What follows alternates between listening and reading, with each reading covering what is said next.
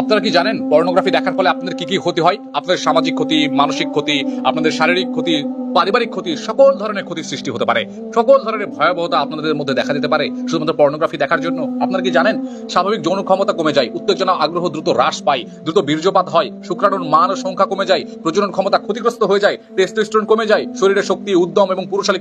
কর্মক্ষমতা নষ্ট হয়ে যায়, অতিরিক্ত ক্লান্তি, শরীরের শীতলতা, দীর্ঘমেয়াদী দুর্বলতা দেখা দেয়, মাথা ব্যথা, মাইগ্রেন, ঘাড়, কোমর, পিঠ ব্যথা বাড়ে, পেশি দুর্বল হয়ে যায়, হাড় ভাঙ্গার ঝুঁকি দেখা যায়, স্থূলতা দ্রুত বৃদ্ধি হয়, চোখের দৃষ্টি কমে যায়, শুষ্কতা এবং জ্বালা বেড়ে যায়, চোখের নিচে ডার্ক সার্কেল তৈরি হয়, স্ক্রিনের আলো মস্তিষ্ক ক্ষতি করে, স্মৃতিশক্তি এবং মনোযোগকে নষ্ট করে দেয়, হরমোনের ভারসাম্য নষ্ট হয়ে যায়, হজমের সমস্যা, অ্যাসিডিটি, গ্যাস বৃদ্ধি, ভিটামিন ও পুষ্টির ক্ষয় হয়ে যায়, চেহারা ক্লান্ত হয়ে যায় এবং রোগাটে ভাব দেখা যায়, অকাল বার্ধক্য দেখা যায় এবং অনেক ক্লান্ত মুখের মধ্যে বোঝা যায়, রোগ প্রতিরোধ